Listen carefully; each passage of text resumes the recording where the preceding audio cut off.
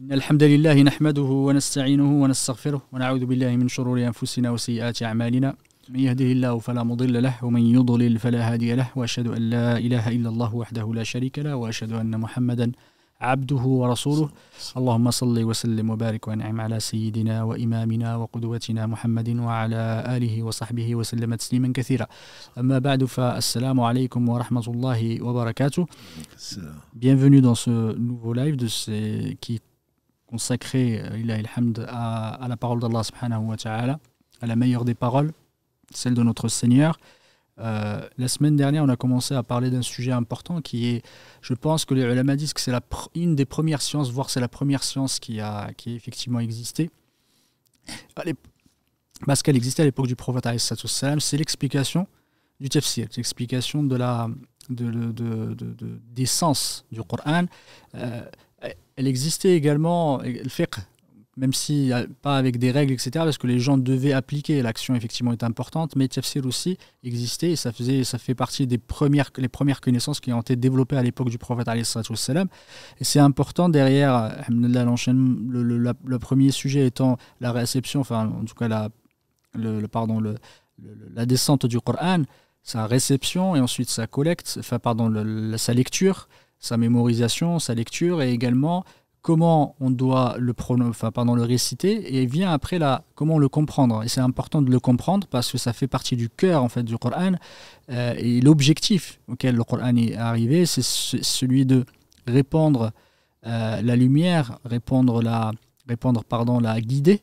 Et cette guidée-là doit être comprise. Qu'est-ce qu'Allah subhanahu wa ta'ala effectivement nous a destiné, qu'est-ce qu'Allah subhanahu wa ta'ala nous a enjoint de faire, qu'est-ce qu'il nous a conseillé, Allah subhanahu wa ta'ala nous a ordonné.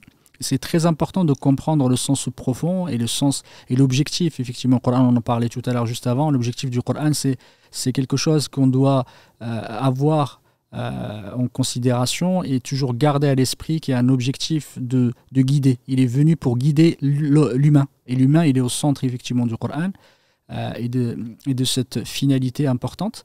Et c'est dans ce sens-là, c'est le sens de la compréhension du Coran et la compréhension de la contemplation du Coran. C'est pour cela qu'on a accordé peut-être 2 cours ou 2 sessions pour le tafsir, parce que c'est un sujet important et ça fait partie des grandes, des plus importantes sciences dans les sciences du Coran. Barakallahu fik, Cheikh, de nous accorder du temps aujourd'hui pour aborder ce sujet-là. Ilahi alhamd, on ne veut pas de rentrer trop dans le détail, mais c'est important que les gens le rapprochent, faire de la vulgarisation sur le tafsir, parce que le nom du tafsir, c'est un mot, mais derrière, il revêt une complexité, une richesse extrêmement importante, et qui a démarré à l'époque du prophète alayhi salatu wassalam, et qui a perduré jusqu'à aujourd'hui. On a toujours encore des essais de la part des ulama pour apporter leur touche, apporter pas une touche d'innovation, mais une touche de richesse et de complémentarité à ce qui a été abordé, sans être en contradiction avec ce qui a été expliqué par nos pieux prédécesseurs. Barakallahu fik, Cheikh. Et avant, je remercie les frères, qu'Allah les récompense par les meilleurs qui sont derrière. Alhamdulillah, qu'Allah les bénisse et bénisse leur temps. بارك الله فيك يا سي محمد. بسم الله الرحمن الرحيم. الحمد لله رب العالمين. أشهد أن لا إله إلا الله وحده لا شريك له وأشهد أن محمدا عبده ورسوله. اللهم صل على محمد وعلى آل محمد كما صليت على إبراهيم وعلى آل إبراهيم إنك حميد مجيد. اللهم بارك على محمد وعلى آل محمد كما باركت على إبراهيم وعلى آل إبراهيم إنك حميد مجيد. ورضى اللهم عن الخلفاء الراشدين والصحابة أجمعين ومن تبعهم بإحسان إلى يوم الدين أما بعد.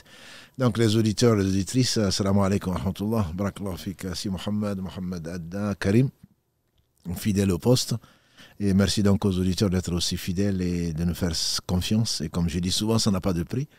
Notamment sur la science, la révélation, celle qui est infaillible. Donc il est clair que, comme tu l'as dit la semaine dernière et aujourd'hui aussi en introduction, c'est que le Coran n'est pas venu pour être récité, c'est pour être compris, pour être pratiqué. Et donc, certains ont fait de la récitation un but. Le but n'est pas celui-là. Le but, tu l'as signalé, peut-être qu'on reviendra dessus, c'est la guider. La miséricorde d'Allah, c'est la guider. Et Ibn Qayyim disait qu'à la fasse miséricorde, les 3 raisons pour lesquelles Allah a envoyé tous les messagers, c'est faire connaître Allah. Et ça, le Coran, c'est par le Coran qu'on le sait, entre autres. Et c'est que Allah aime pour nous et ce qu'il n'aime pas pour nous, ou ce qu'il aime que l'on n'utilise pas parce qu'il sait tout. Et donc, c'est vraiment, il nous guide. Subhanahu wa ta'ala, il guide ce qui n'est pas humain ni djinn. Et que dire alors de la guider, donc des hommes. Et d'ailleurs, on le sait, du verset 5 au suivant, le cheikh de l'islam il disait que le plus grand besoin de l'homme, c'est la guider. C'est la guider. Et c'est pour cela qu'après avoir loué Allah dans la sourate al-Fatiha, et attester qu'il est le seul digne d'adoration, on demande la meilleure des choses, c'est la guider. Et donc c'est pour la guider qu'Allah subhanahu wa ta'ala a envoyé les différents prophètes, et ce qui prouve d'ailleurs, puisque si Allah est miséricordieux, Ar-Rahman Rahim, on ne peut pas imaginer qu'il n'ait pas guidé ses serviteurs, puisque c'est la plus grande des miséricordes, puisque la finalité, c'est le paradis, en dehors duquel ce n'est que l'enfer. Donc effectivement, je crois que c'est très important de comprendre, et bien sûr, les prophètes, à commencer par le meilleur d'entre eux. Et le livre que Allah a préservé donc, est venu pour nous guider, et donc le prophète sallam a rempli sa mission, il l'a expliqué aux gens qui l'ont accompagné. Et donc si on ne comprend pas, on ne peut pas demander à quelqu'un qui ne comprend pas d'agir. En tout cas, il ne lui a pas demandé, parce que s'il agit, il va agir complètement dans le sens contraire de l'esprit même de l'islam. Donc c'est pour cela que ce tafsir-là, tu as bien fait de proposer d'en faire 2 épisodes. Peut-être qu'on en fera plus. En tout cas, ça mérite plus. Mais peut-être qu'on se contentera de 2 épisodes. Dans la mesure où, comme tu l'as dit, le prophète sallam a expliqué déjà à ses compagnons qu'Allah les agrée tous. Et aussi, un aspect qu'on a discuté en off, c'est vraiment les aimer. Parce qu'on ne peut pas aimer, c'est qu'on a l'impression, on ouvre le tafsir, on livre donc un livre d'explication du Coran, on ouvre une traduction de sens du Coran, on a l'impression que voilà, on le referme sans voir les efforts et la qualité du travail scientifique qui y est, et l'importance donc de la chose dans notre vie. Donc pour les aimer, et comme j'aime tant à le dire, l'homme sera avec les gens qu'il aime. Et ce sont des gens que Allah a aimés. Comme a dit le prophète sallallahu alayhi wa sallam, celui à qui Allah veut du bien, il lui fait comprendre sa religion. Donc cela, Allah leur a fait comprendre la religion. Et comment comprendre la religion sans comprendre le Coran? Donc si on ne les aime pas, on risque de ne pas aller là où ils sont, on espère en tout cas pour eux au paradis. Donc je pense que aimer, si on doit aimer pour Allah. Et donc on doit aimer ces gens-là qui Allah a choisi pour nous guider, donc pour le mettre sur notre chemin, et par conséquent, le tafsir reste important. Et donc, c'est peut-être avant de commencer, peut-être parler des catégories. Tout à fait, oui, exactement. Là. Ce qui est intéressant, c'est d'aborder les catégories du tafsir, parce que le tafsir étant peut avoir des catégories différentes selon le point de vue effectivement de celui qui catégorise, parce que les typologies, des fois les catégories ne sont pas non plus figées, c'est pas de la science exacte, mais c'est une façon de voir un peu les tendances effectivement dans le tafsir, et que les gens comprennent que c'est une science qui est extrêmement riche et qui est extrêmement structurée aussi, et que les ulama ont fait un grand effort sur ce sujet-là. Et si tu pouvais nous expliquer un peu les grandes catégories du tafsir. Non, parce qu'il faut également que les auditeurs comprennent que quand nous parlons de ça, on parle du travail scientifique, donc des savants. Ça ne veut pas dire qu'on empêche qui que ce soit d'interpréter, mais il prend le risque, comme l'a dit le prophète sallam, celui qui parle du Coran sans science, qui réserve sa place en enfer. On peut prendre, et qu'Allah nous en préserve, donc on peut prendre le risque. Il ne s'agit pas du tout, on n'est pas là nous pour censurer qui que ce soit. On est là pour essayer d'expliquer ce qu'Allah nous a enseigné au travers des savants. Et donc, pour qu'on prenne garde, parce qu'il n'y a pas de retour. Quand on meurt, c'est un sens unique. Donc, ensuite, c'est la résurrection, et avant la vie dans la tombe, et ensuite le jugement. Donc, c'est juste pour mettre les gens en garde. C'est parce qu'on vous aime, il faut le comprendre. C'est quand un parent dit à son enfant ne fais pas ça, ceci, il ne le comprend pas. Et puis, en réalité, c'est parce qu'il l'aime. Il aime pour lui le bien, c'est la raison pour laquelle il le met en garde. Il ne s'agit pas du tout de censurer qui que ce soit. Ce n'est pas notre but en tout cas. Donc les catégories, effectivement, ça évolue. Il y a beaucoup de typologies, comme tu les appelles. On peut distinguer, en tout cas facilement, les catégories donc d'exégèse. Le Coran par le Coran. C'est ce qui est... Ou alors, on parlera de la révélation en général. Mais le Coran par le Coran est la première des catégories et peut-être la plus utilisée par les gens qui craignent Allah. Puisqu'Allah a envoyé, il a détaillé, il a donné parfois des informations qu'il détaille par ailleurs. Donc le Coran ne peut pas être contradictoire avec le Coran, même si cela peut nous paraître, et ça on verra peut-être avec l'interprétation des compagnons du prophète sallam qui sont les premiers donc à comprendre le Coran. Le Coran, comme Allah le dit dans la sourate An-Nahl, que j'aime beaucoup, la sourate 16, verset 44, Allah dit à son prophète sallam, وأنزلنا إليك الذكر لتبين الناس ما نزل إليهم. Donc Allah dit dans la sourate 16, verset 44, et nous avons descendu sur toi, ou vers toi, le rappel, afin que tu expliques aux gens ce qui leur a été révélé. Et donc le prophète, l'un de ses buts, c'est ça. Et par conséquent, il y a donc cette autre façon qui est complémentaire et qui n'est pas du tout contradictoire, bien sûr.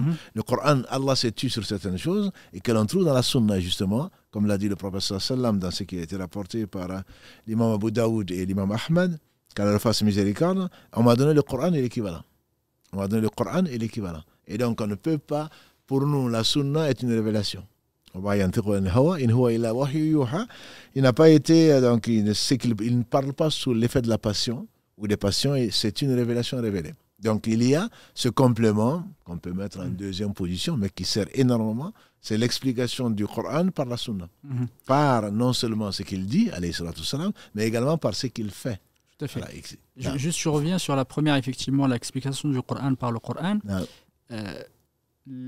Est-ce que tu pourrais juste nous donner des exemples, effectivement, par expliquer, tu m'en as parlé un de tout à l'heure, tu m'as cité l'exemple de l'explication de ceux qui n'ont pas mélangé, entre guillemets, pardon, c'est le terme en français, ceux qui n'ont pas mélangé leur foi avec l'injustice. Ouais, effectivement, est-ce que tu pourrais nous donner cet exemple ou un autre exemple comment le voir, parce que les gens, comment ils comprennent quel est le sens, effectivement, de l'exégèse du Coran par le Coran.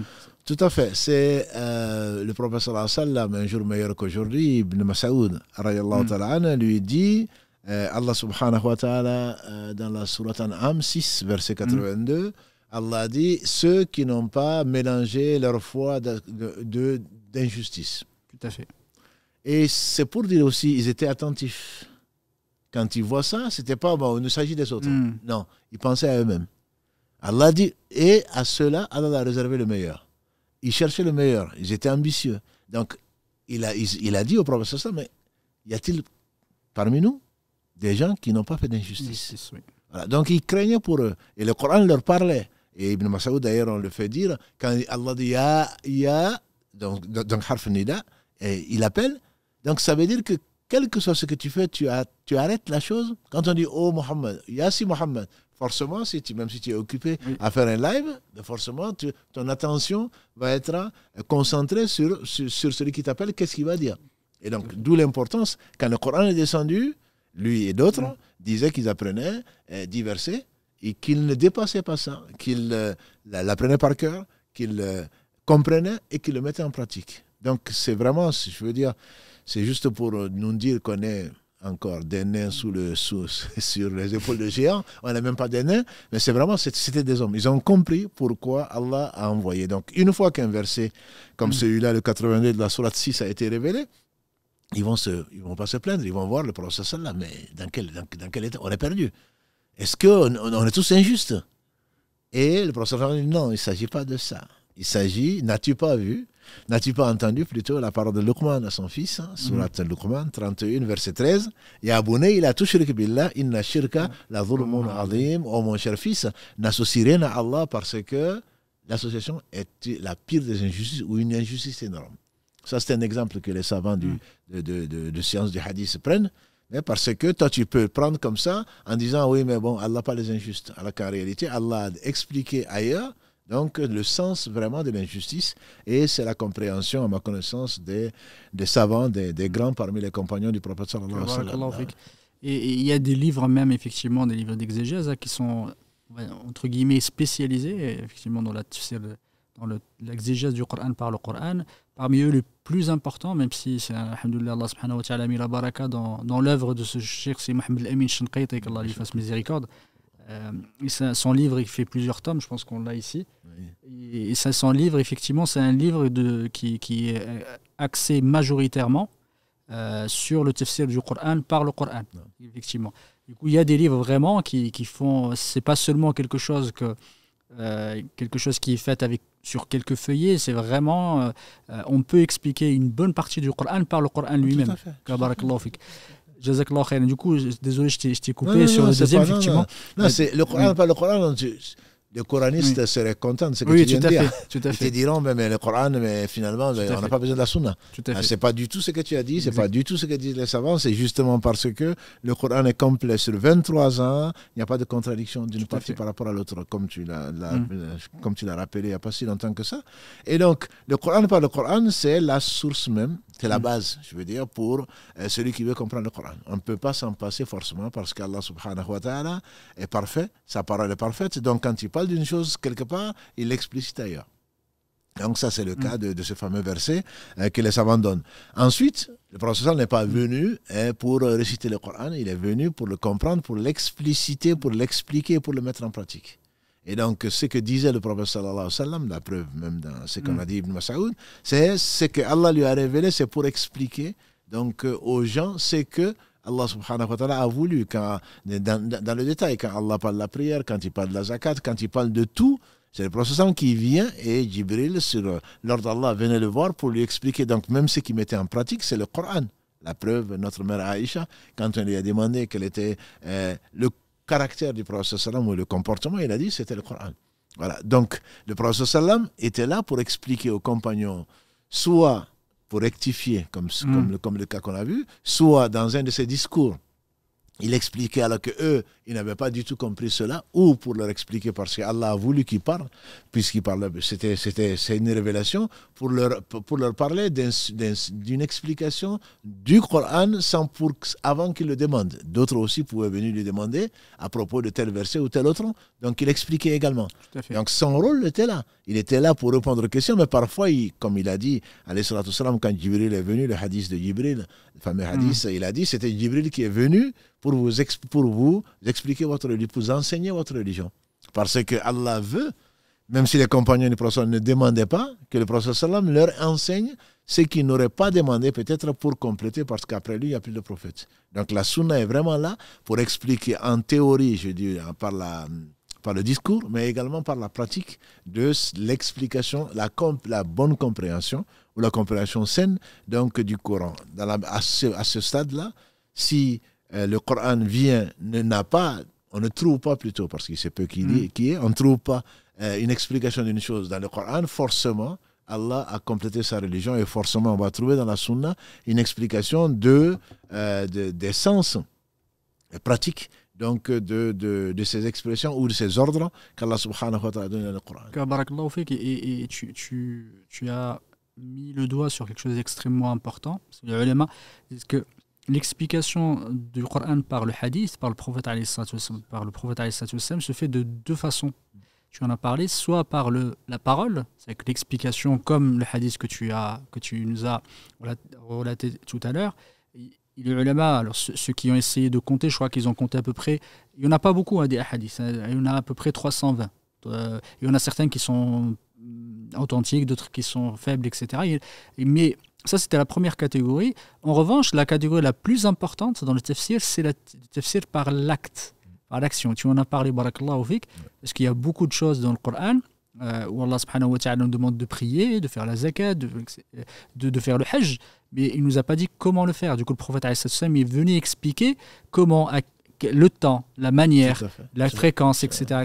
Jazakallahu khairan d'en avoir parlé, parce que certains, effectivement, se réjouissent en disant, voilà, on peut expliquer le Coran par le Coran, mais le Coran ne peut pas être expliqué. Il me revient un hadith, un athar d'Ibn Mas'ud. Il y avait une femme, ça ne va pas faire plaisir aux sœurs, qui rasait ses sourcils. Qui épilait ses sourcils et laissait un petit trait là, comme ce qu'on fait aujourd'hui. C'est un trait. Et effectivement, c'était quelqu'un qui était plutôt instruite. Elle était instruite. Du coup, elle est partie voir. Elle a entendu que Abdullah ibn Mas'ud, il maudissait les femmes qui faisaient ça. Il est parti le voir. Elle lui a dit, d'où ça te vient effectivement le fait que tu maudisses les femmes qui épilent leurs sourcils. Il a dit, je l'ai eu dans le Coran. J'ai dit, mais moi j'ai lu le Coran, de la première page à la dernière, je ne l'ai pas vu. Je l'ai pas lu. Il a dit, c'est que tu n'as pas bien lu. Tu n'as pas bien lu le Coran. Il a dit, si tu n'as pas lu, quand Allah subhanahu wa ta'ala a dit, ma atakum ar-rasulu fakhudhu, ma nahakum anhu fantahu.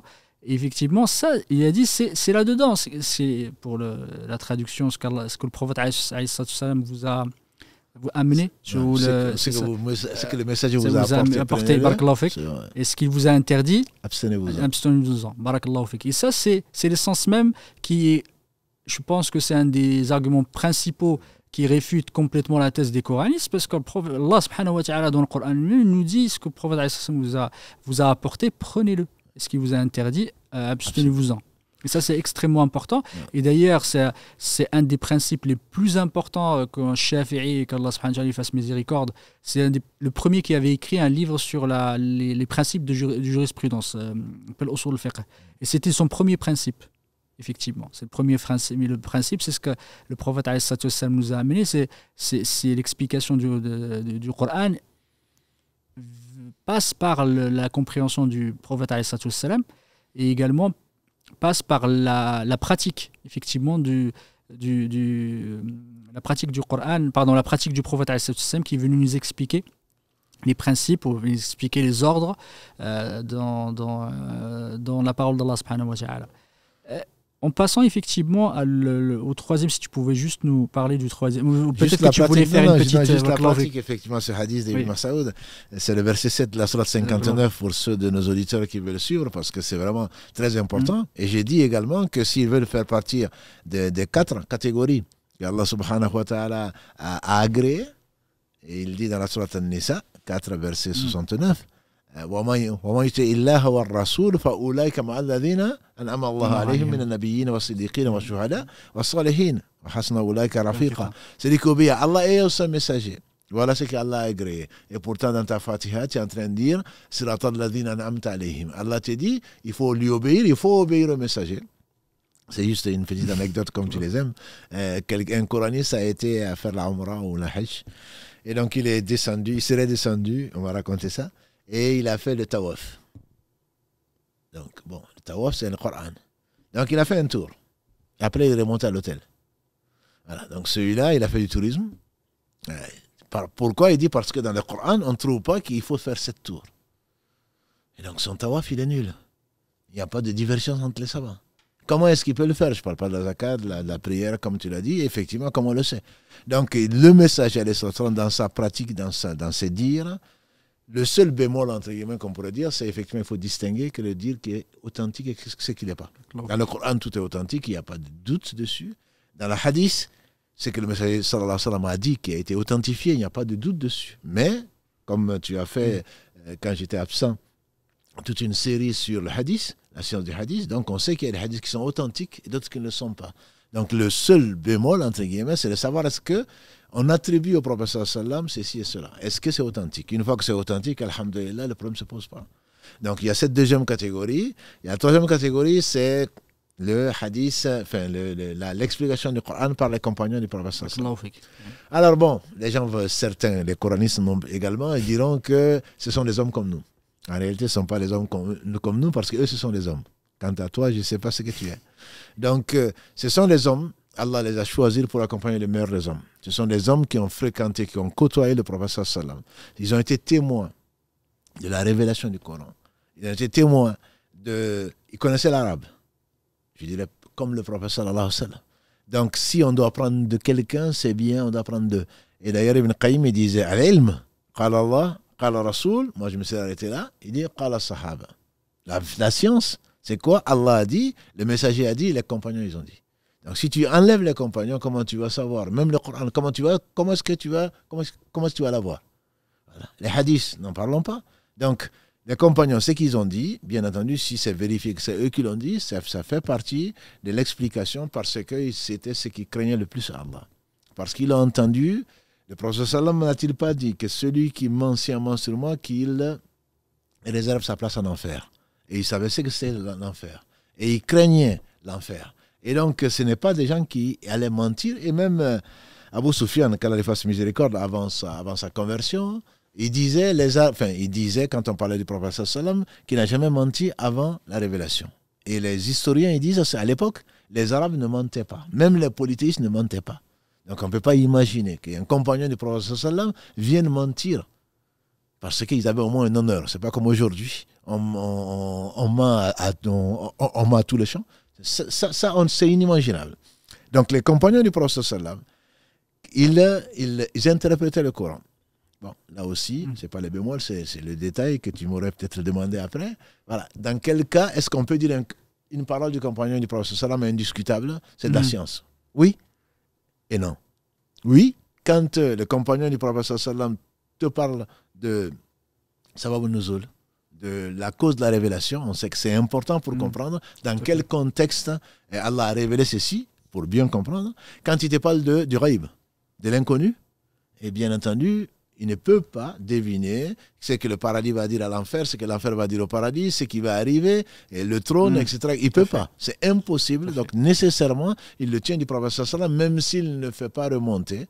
C'est la parole d'un compagnon, mais c'est considéré par les gens du hadith, plutôt par les savants en général, comme quelque chose qui est valable. Après, il se peut également qu'ils donnent leur compréhension de versets parce qu'ils étaient arabes, ne serait-ce qu'en langue arabe. Ça, c'est une des façons donc d'interpréter le Coran en langue arabe, de ce qu'Allah leur a fait comprendre, parce qu'Allah a fait comprendre à Suleiman ce qu'il n'a pas fait comprendre à Daoud, son père, et pourtant c'est deux grands prophètes. Voilà, Allah a fait comprendre à partir de certains versets, ils ont compris certaines choses, qui peuvent être d'ailleurs souvent complémentaires.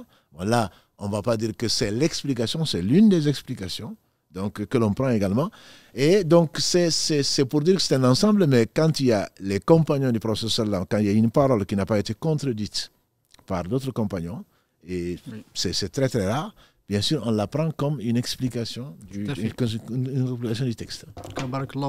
C'est très important de le dire effectivement, et que les sahaba étant... le tafsir des sahaba étant quelque chose qui est admis par les exégètes et fait partie de l'exégèse, on va dire, fondamentale, parce qu'elle fait partie de ce qu'on appelle le ulama, l'exégèse du salaf. Salaf étant les trois générations, si tu peux effectivement parler. La première étant celle des compagnons. Je voulais rebondir sur ce sujet-là, et ça s'est fait partie sur un sujet qui est important dans la compréhension de ce qu'on pourrait appeler les règles du tafsir. Pas les qawa'id, mais plutôt le dawabit. C'est qu'est-ce qu'on doit maîtriser ou à quoi on doit faire attention effectivement avant de démarrer le tafsir. Un des éléments, c'est comment je dois appréhender la divergence, alors je peux appeler la divergence, le khilaf, entre les sahaba. Parce que des fois, les sahaba, effectivement, des fois, ils ont des exégèses différentes, des explications différentes des sens, des versets ou des termes du Coran. Si tu pouvais juste nous en parler, comment on peut le prendre, sachant que, voilà, juste une petite introduction, le Cheikh Islam Ibn Taymiyyah rahmatullahi ta'ala alayhi, il en parle dans son livre, et d'autres d'ailleurs. Il disait qu'effectivement, il y a la plupart des divergences, c'est plutôt des divergences de richesse ou de complémentarité, plutôt. Et c'est très très rare quand il y avait effectivement une divergence, mais plutôt de contradiction. Voilà, si tu pouvais juste nous en parler, voilà, pour que les gens comprennent qu'effectivement, la plupart des fois, c'est pas forcément, la divergence ne veut pas dire forcément on se contredit, on n'est pas d'accord, etc. Effectivement, c'est une richesse. Je pense qu'il faut l'avoir dans le temps de richesse, une tolérance également entre nous. Allah fait comprendre certaines choses à certains et pas à d'autres, mais c'est rarement pour le contradictoire, comme tu le dis. Et le principe des savants, c'est que quand il y a une explication qui est donnée par des gens de qui on pense du bien, ça peut être des compagnons, ça peut être d'autres plus tard, on le verra, Inch'Allah, et que ce n'est pas contradictoire, ce n'est que des sens qui sont complémentaires, ce n'est qu'une richesse. Non, parce que ce sont des gens qui ne mentent pas, ce sont des gens qui craignent Allah, c'est des gens qui ont compris ce qu'ils ont compris. Quelqu'un, pour une cause de la révélation, ça a été révélé sur un tel. Par exemple, peut comprendre que ça concerne ce cas-là, par exemple, et d'autres ont pu comprendre que ça concerne certes ce cas-là, ça ne se limite pas non plus à ce cas-là. Voilà. Ou ça a été révélé, pour certains, on sait que certains versets ont été révélés soit 2 fois, soit plusieurs causes de révélation. Lui ne connaîtrait peut-être qu'une cause de révélation, etc. Donc, c'est plutôt une richesse de mettre tout ensemble quand ce n'est pas contradictoire. Et quand c'est contradictoire à ce moment-là, il faudrait voir quel est donc l'avis le plus fort sur d'autres critères qu'on ne discutera pas aujourd'hui. Il y a un exemple qui me vient en tête, c'est Allah subhanahu wa ta'ala dit وَالْعَادِيَاتِ ضَبْحًا. L'explication la plus commune, c'est que ce sont les chevaux. L'adiyat, c'est celle qui court, l'adiyat. Dabha, c'est le son en fait qu'elles font quand elles galopent. C'est ça, quand c'est alit. Voilà, c'est le allaitement, effectivement. Et ça, c'est c'est l'explication d'Ibn Abbas. Qu'Allah leur fasse misère, qu'Allah les agrée. Et une fois, Ali ibn Abi Talib avait entendu effectivement cette exégèse et il est parti voir Ibn Abbas. Il lui a dit, mais d'où ça te vient? Il lui a dit, nous, à l'époque, quand ce verset a été révélé, on n'avait que 2 chevaux. Et le reste, ce qu'on avait, c'était que des chameaux, des dromadaires. C'était que des dromadaires. Absolument, oui. Il lui a dit, du coup, normalement, c'est des dromadaires. Du coup, on a ces 2 explications, effectivement. Une qui dit que les adiyat, ce sont les chevaux, et qui est l'explication la plus commune, en fait. Et c'est l'explication de Ali qui est que ce sont des dromadaires. Et ce qui est effectivement intéressant, c'est quand on prend la position de Imam Tabari, qu'Allah lui fasse miséricorde, qui est Cheikh al-Mufassirin, c'est les plus grands exégètes qui existaient. Il faisait partie des grands ulama. Il avait même un madhab qui maintenant il a disparu. Mais il avait une école de jurisprudence. Il avait des gens qui les suivaient.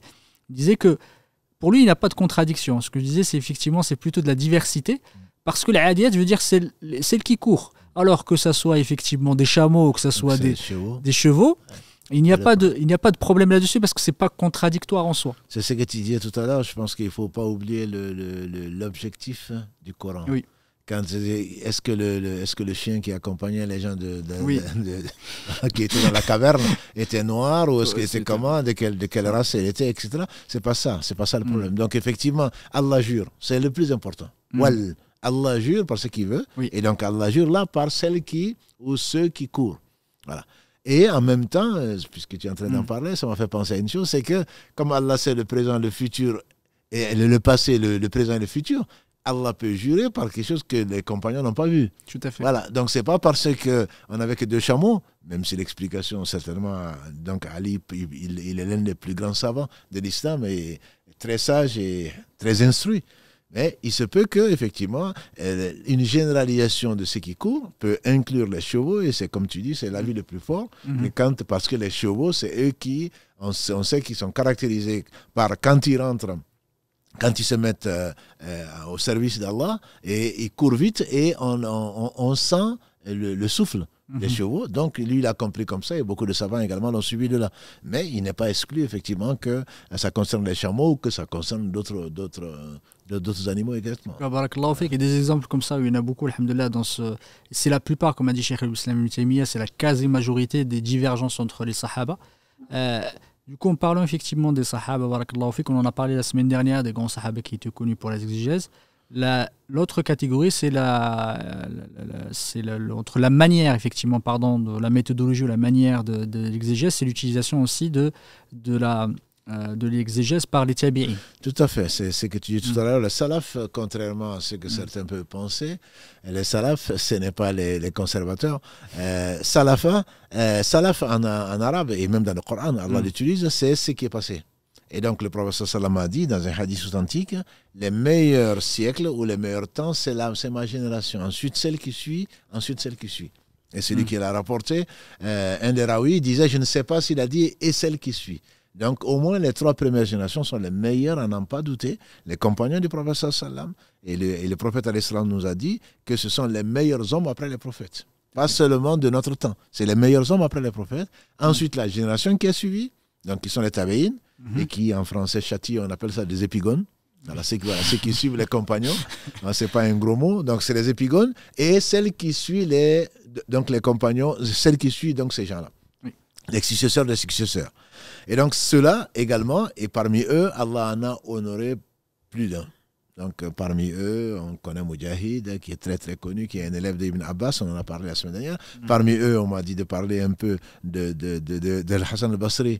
On va pas, Allah lui a donné, on dit que le plus éloquent des Arabes, après les compagnons du prophète sallam, c'était lui et Al-Hajjaj. C'était très connu, très très sage. Et Allah, c'était, on dit, l'un des élèves, il est mort juste peut-être 5 ans avant la fin de l'épreuve de Omar ibn Khattab, et on dit que c'est Salama, même qu'il a allaité entre guillemets, bien qu'elle n'allaitait pas.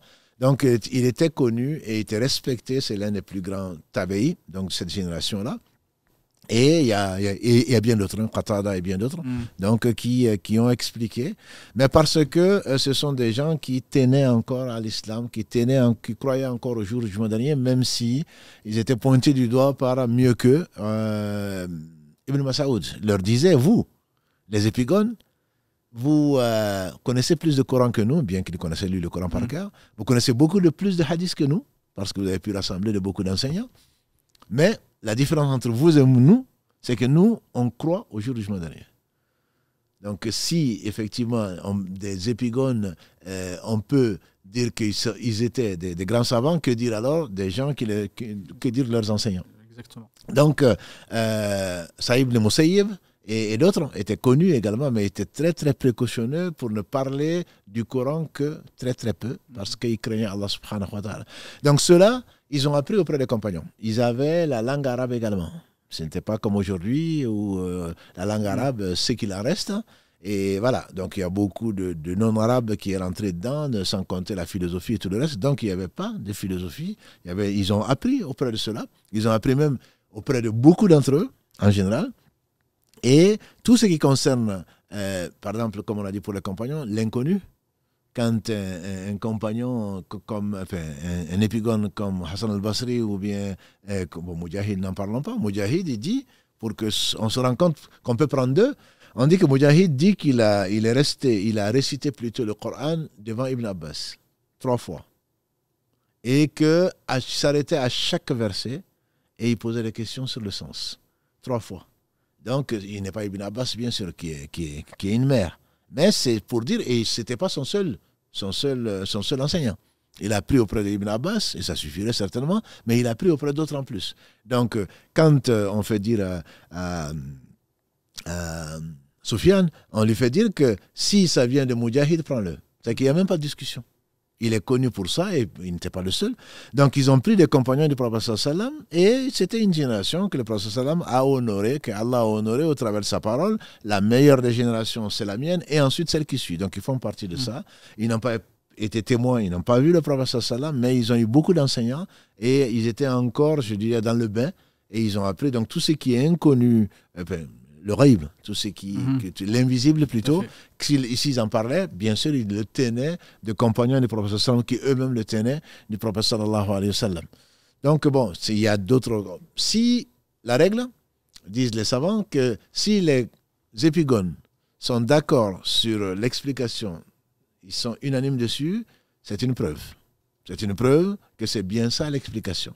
Par contre, s'ils ont divergé, divergence qu'on ne peut pas concilier, ce n'est pas une preuve. Ce n'est pas une preuve pour autre que parce qu'ils ont une opinion, quelqu'un d'autre peut avoir une autre opinion. Donc ça, c'est la règle. Et donc, il faut savoir effectivement s'il y a des chaînes, s'il y a ceci et cela. Mais si en tout cas, s'il y a certains grands tabi'in, qu'on les appelle, comme on a dit, Hassan al-Basri et d'autres, ceux-là, on les considère, on prend leur dire parfois aussi sérieusement qu'un hadith. Si ça remonte en tout cas à eux, concernant les sujets qu'on vient d'aborder. Barakallahu fik. Parlons effectivement de ce tafsir qui peut être, qu'on pourrait appeler tafsir bil ma'thur, effectivement. Le ma'thur, c'est ce qui est rapporté, relaté, c'est la tradition, effectivement. C'est plutôt un hadith, on va dire, tafsir traditionniste. Oui. Il est plus important, effectivement, des tafsirs, c'est celui de l'imam Tabari, qu'Allah lui fasse miséricorde. C'est un des premiers, qui a été écrit. Dit, c'est la référence. C'est la référence, exactement. C'est la référence. Surtout Coran par le Coran par le hadith. C'est d'ailleurs un qui est peut-être plus connu de nous, qui est Ibn Kathir, qui était un de ses élèves. Et donc, il se réfère souvent donc à Tabari. Oui, tout à fait. Effectivement, il y a une différence, il y a quand même voilà, entre les deux, c'est pas les, ce sont, Tabari étant juste, il est venu après Tabi'in, c'était à peu près au IVe siècle, à la fin des 200, effectivement. Et son livre, effectivement, étant une référence, il y a Ibn Kathir, effectivement, barakallahu fik, qui font parler. Ça fait aussi une des références pour Tafsir ibn Ma'thur également. On parle de Tafsir ibn Ma'thur, à chaque fois qu'on le voit, en fait, il rapporte effectivement ce que les sahaba ont dit, ce que le prophète alayhi salatu wassalam d'ailleurs, la du Coran, ce que les tabi'in, c'est grosso modo c'est on va dire la quasi-majorité, mais parfois ils s'appuient quand même sur la linguistique, ils font tout aussi... Et ce sont les autres façons. C'est ça, exactement. Pour ne pas abuser. La langue arabe, il la comprenait, il la connaissait, pas seulement s'exprimer, mais également la grammaire, les règles, etc. etc. Et puis, malheureusement ou heureusement, il s'appuyait également sur une autre façon, qui est donc les Israéliens. Oui, barakallahu fik, je voulais qu'on en parle. Oui. Si tu pouvais juste nous en parler, parce que c'est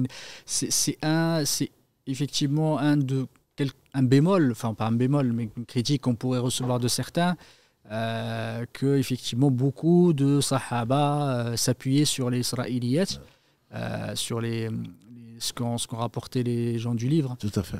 Sur le Coran. Si tu pouvais nous parler de la position.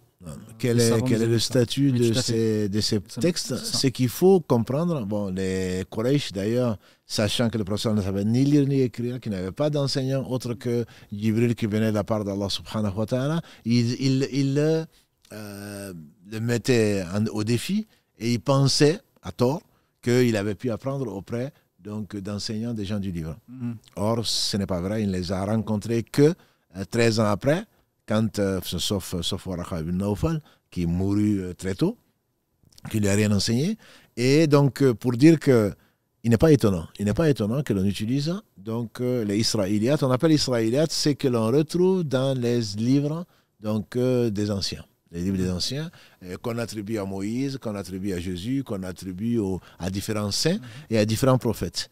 Ce n'est pas du tout étonnant. Je dirais même, on doit même en être fier. Pourquoi?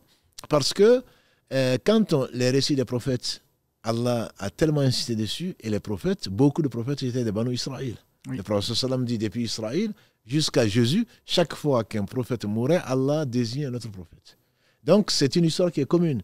Le récit le plus abondant dans le Coran, c'est le récit de Moussa, alayhi salatu wassalam. Donc il n'est pas étonnant que l'on retrouve des récits communs.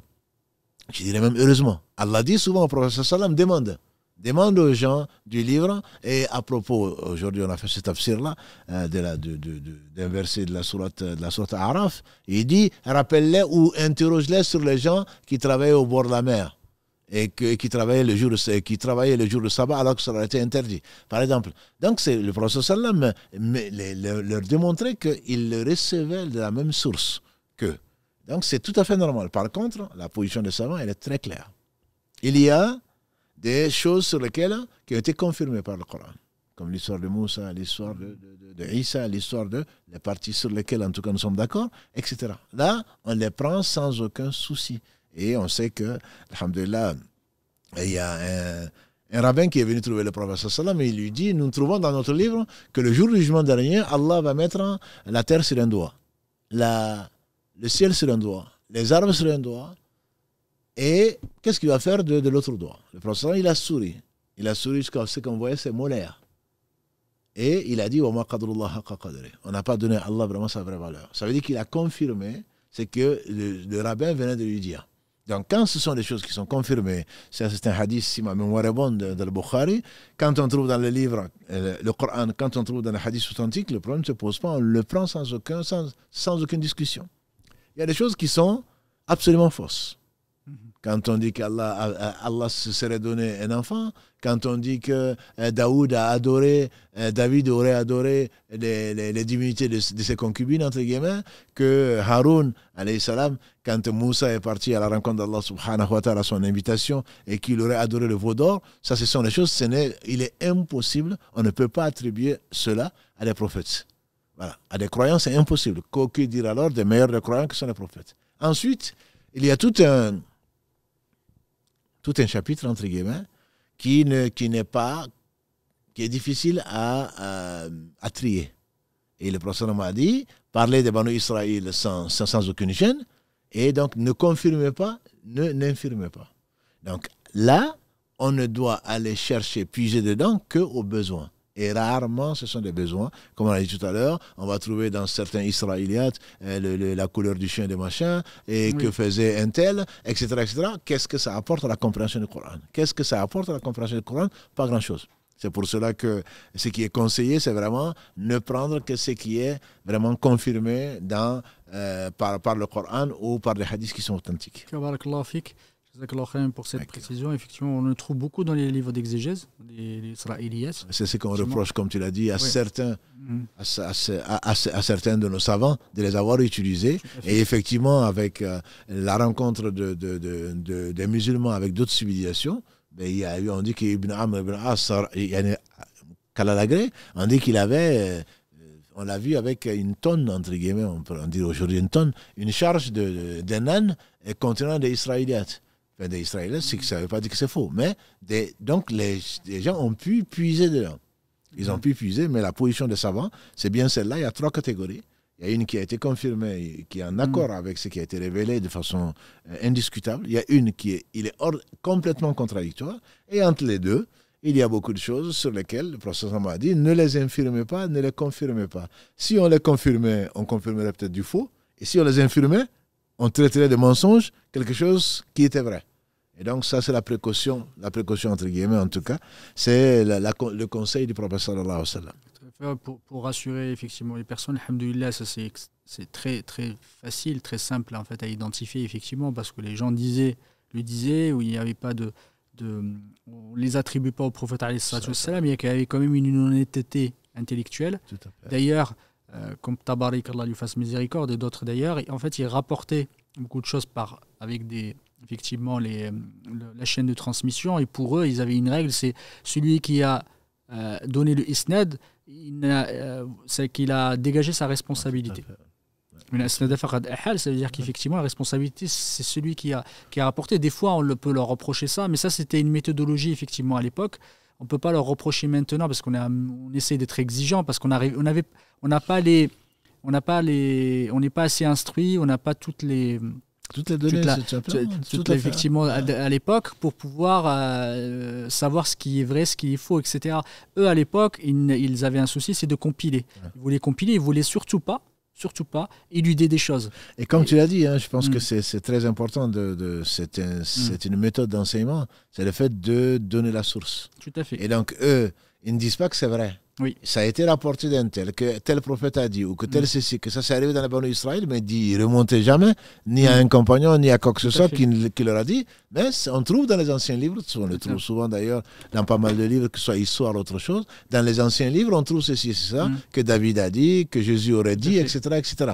Donc effectivement, au moins, tu ne dis pas, voilà, Jésus a dit, ou tu ne l'attribues pas à une personne, auquel cas, ce serait du mensonge. Je voulais parler effectivement de ces règles du tafsir, ou des précautions à prendre effectivement le tafsir. La première étant, pour moi, qui est la plus importante, c'est de connaître l'objectif du Coran, le contenu et l'objectif auquel le Coran, avant de commencer en fait à le tafsir. Pourquoi je veux te poser cette question? Parce que certains, au-delà de l'aspect extrêmement important, de la finalité importante qui est la guider, c'est celle que les gens, que l'humain comprenne que Allah subhanahu wa ta'ala effectivement lui veut du bien, et que ce soit son Seigneur, et qu'on pousse effectivement à l'unicité d'Allah subhanahu wa ta'ala, à comment matérialiser cette foi, ces dogmes, ces croyances, comment réformer ses actions, réformer son comportement. C'est ce côté humain qui est extrêmement important dans le Coran pour venir le réformer et venir le guider vers son bien, effectivement. Parce que ça, Allah subhanahu wa ta'ala ne veut que du bien. Et derrière, certains se sont trompés. Parce qu'ils ont vu dans le Coran autre chose. Ils ont donné des objectifs, effectivement, c'est-à-dire, est-ce que c'est un livre de mathématiques, certains des livres est-ce que c'est un livre de sciences ou d'autres choses, alors qu'ils n'ont pas mal compris. Et quand on s'écarte de cette compréhension, de cet objectif principal, donc on commence à dévier. Et je donne un petit exemple, hein. C'est vraiment très rapide. Certains, à un moment, alors, de ce qu'on appelle tafsir al-ilmi, c'est l'exégèse scientifique du Coran. C'est le fait de ne pas réfuter complètement l'exégèse scientifique. Mais parfois, il y a un zèle ou l'extrémisme, de toute façon, dans tous les sujets. Parfois, on essaye du Coran comprendre qu'il y a des règles mathématiques et on commence à faire ce qu'on appelle je ne sais plus comment on peut appeler ça en français, à faire compter, voilà, dire qu'il y a des nombres, des choses, alors que le Coran n'est pas venu pour expliquer des théories mathématiques. Non, mais tu as raison, parce que c'est vrai. C'est que l'on trouve, si c'est vrai, c'est que ça vient d'Allah, mais on prend on est complètement à côté de la plaque. C'est que le Coran est venu, comme tu l'as dit, pour guider les gens. Ensuite, que l'on sache qu'il est parfait parce qu'Allah est parfait, que c'est sa parole, il n'y a pas de doute. Quand Allah parle d'un sujet scientifique, quand un sujet, j'ai parlé la semaine dernière, ou même mercredi, de l'embryologie, oui, qui n'était pas connue, bien entendu, qu'on a découvert au 19e siècle. Là. Mais quand Allah décrit, ça ne peut pas être autre chose que ça. Ou quand Allah, subhanahu wa ta'ala, parle du cœur des gens qui a été enveloppé par les ténèbres, on dit c'est exactement, les navigateurs vont trouver ça dans les endroits profonds de la mer où on ne verra que ténèbres sur ténèbres. Quand Allah décrit, c'est que c'est vrai. Mais ça n'a pas été envoyé pour ça. Le chiffre 19 auquel tu faisais allusion, quelqu'un qui a découvert que quand tu prends les lettres des sourates, tout est divisé par 19. Et après. Je dirais et après. Non, si ça prouve une chose, ça prouve que la parole d'Allah est parfaite. Mais est-ce que c'est pour ça que ça a été envoyé? Donc ça, c'est effectivement un mal de notre époque, entre guillemets. Exactement. C'est chercher effectivement aussi à expliquer le Coran par ce biais-là, alors que le Coran n'est pas... voilà, l'explication ne vient pas effectivement... le sens premier ou le sens littéral ne vient pas expliquer cela. Et j'ai par exemple un petit exemple, quand on a essayé de traduire le mot dharra. Dharra, on l'a traduit par atome. À l'époque, les gens ne connaissaient pas l'atome. Voilà, l'explication normalement devrait correspondre effectivement à ce que comprenaient les gens, au sens littéral, et l'explication qui vient de la langue arabe. Et à l'époque, ils ne connaissaient pas l'atome. Et maintenant, certains disent, Allah subhanahu wa ta'ala effectivement a parlé de l'atome. Alors que la dharra explique par la poussière qui reste effectivement, par la tête d'une fourmi. Oui. Ça, c'est des explications arabes, mais on ne peut pas dire aujourd'hui que Dharra étant l'atome. Et des fois, on écrit atome. Alors que c'est vraiment une explication qui n'est pas dans ce sens-là. Et par exemple, j'ai un autre exemple, effectivement, Mohamed Abdou, qu'Allah lui fasse miséricorde, fait partie de cette mouvance réformatrice du XXe siècle, qui avait expliqué Tayran Ababil en disant Tayran Ababil, c'est l'allusion aux insectes qui transmettent des maladies. C'est venir pour effectivement expliquer que dans la sourate Fil. Exactement. On a renvoyé des oiseaux par volée. Exactement. Et donc ces oiseaux seraient des insectes. Ce seraient des insectes qui transmettent des bactéries.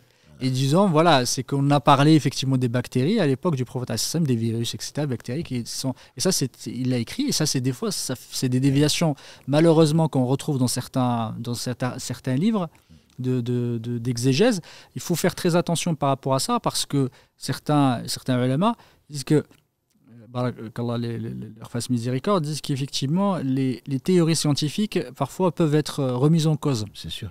Et si aujourd'hui tu expliques le Coran en disant voilà, parce qu'il y a une théorie qui dit ça, demain ça change, tu vas dire quoi? Tu vas dire qu'Allah s'est trompé. Tout à fait. Et ça ne veut pas dire qu'on réfute complètement. Et les ulama, ils ont quand même, certains, ils sont plutôt équilibrés en disant voilà, il y a des conditions strictes, on va expliquer le Coran avec des théories scientifiques ou avec des faits scientifiques qui ont été découverts. Mais il faut faire très très attention pour ne pas verser dans une sorte de je recherche en disant voilà la science, il faut absolument que je montre que le Coran est une preuve scientifique, et tomber dans des choses qui ne sont contradictoires avec le sens même du Coran. Beaucoup de jeunes demandent, enfin des enfants, je comprends encore, est-ce qu'on trouve le dinosaure dans le Coran? Voilà, parce qu'on nous enseigne à l'école que les dinosaures ont existé, ils ont disparu. Moi je ne dis pas que ça n'a pas existé, mais je ne peux pas te sortir un verset pour dire que voilà ce que ça veut dire. Et certains ont été loin. Mais comme je le dis souvent, Maurice Bucaille, qui est décédé aujourd'hui, qui a découvert sur la momie de Pharaon les stigmates de noyade, ça ne fait que confirmer ce qu'Allah dit. Mais il n'aurait pas trouvé ça, que ça ne veut pas dire que Allah n'a pas dit la vérité. Au contraire, sadaqallah. Donc effectivement, on verse dedans et on oublie de faire la prière.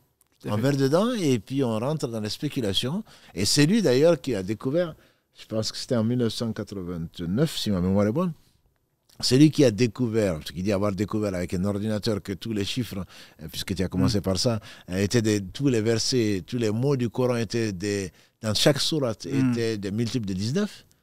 Bon, c'est quelqu'un qui donc, il a écrit des livres, il a fait des conférences partout aux États-Unis. En 89, j'étais aux États-Unis. Et quand je suis revenu en 90, et on m'a téléphoné à 2h du matin en disant qu'il a été assassiné parce qu'il a découvert ça, il dit qu'il a découvert ça, et ensuite il s'est pris pour prophète. Carrément. Eh oui. Et donc, bon, un illuminé l'a assassiné parce qu'il s'est pris pour prophète, donc qu'il n'était plus musulman, etc. Bon, bien sûr qu'il n'a pas à le faire, quoi que ce soit, mais c'est juste la tendance. C'est-à-dire que tu découvres quelque chose, mais tu t'émerveilles de remercier Allah et tu passes la frontière et ce n'est pas pour ça. Et donc tu t'es carrément perdu puisque il s'est pris pour prophète, donc après le prophète sallam, donc il est sorti d'islam. Il n'aurait pas été tué de toute façon, il serait sorti d'islam dans tous les cas. Et s'il mourait dans cet état-là, de toute façon, il serait non-musulman. Donc c'est effectivement, tu mets en garde et tu as raison, il ne faut pas aller chercher dans le Coran, c'est pas pour cela que ça a été envoyé. Mais si on y trouve quelque chose, la théorie et l'évolution, comme tu l'as dit tout à l'heure, en tant que scientifique, je confirme effectivement que c'est par des théories qu'on évolue. Il y a des modèles qui évoluent en fonction des nouvelles découvertes, forcément. Et si, d'ailleurs, Maurice Bucaille, quand il a appris l'arabe pour comprendre le Coran, avant d'écrire ce qu'il a écrit, la Bible, le Coran et la science, il dit qu'on dit, la première sourate, c'est le premier verset, « Iqra bismi rabbika alladhi khalaq, khalaqal insana min alaq » Lis au nom de son Seigneur qui a créé l'homme de alaq. Donc, les premières traductions que moi j'ai lues en français, des sens, c'était il a créé l'homme à partir d'un caillou de sang. Parce que les explicateurs à l'époque, au lieu de dire qu'il a créé l'homme à partir d'une adhérence, puisque alaqa, c'est quelque chose d'accroché. Au lieu de dire ça, ils ont dit ce qu'ils savaient de la réalité, c'est quand il y avait une fausse couche, donc il y avait un caillou, qu'on voyait des cailloux de sang, etc. Alors qu'après, lui, quand il a appris l'arabe, il a su, il dit, mais les cailloux de sang, ou dans l'embryologie moderne, il y a des cailloux de sang. Donc on va jusqu'à faire mentir le Coran. Quand tu dis que tu traduis ça en disant que Allah aurait dit qu'il a créé l'homme à partir d'un caillou de sang, tu as menti sur Allah. Et les gens vont facilement trouver en disant non, c'est pas vrai, l'homme n'est pas créé à partir d'un caillou de sang. Alors que ce que l'on sait, scientifiquement démontré dans l'embryologie, c'est qu'effectivement, la chose va s'accrocher, c'est une adhérence. Au lieu de garder Allah comme quelque chose qui s'accroche, certains ont voulu bien faire, ils l'ont appelé caillou de sang. C'était la traduction jusqu'à un passé assez récent.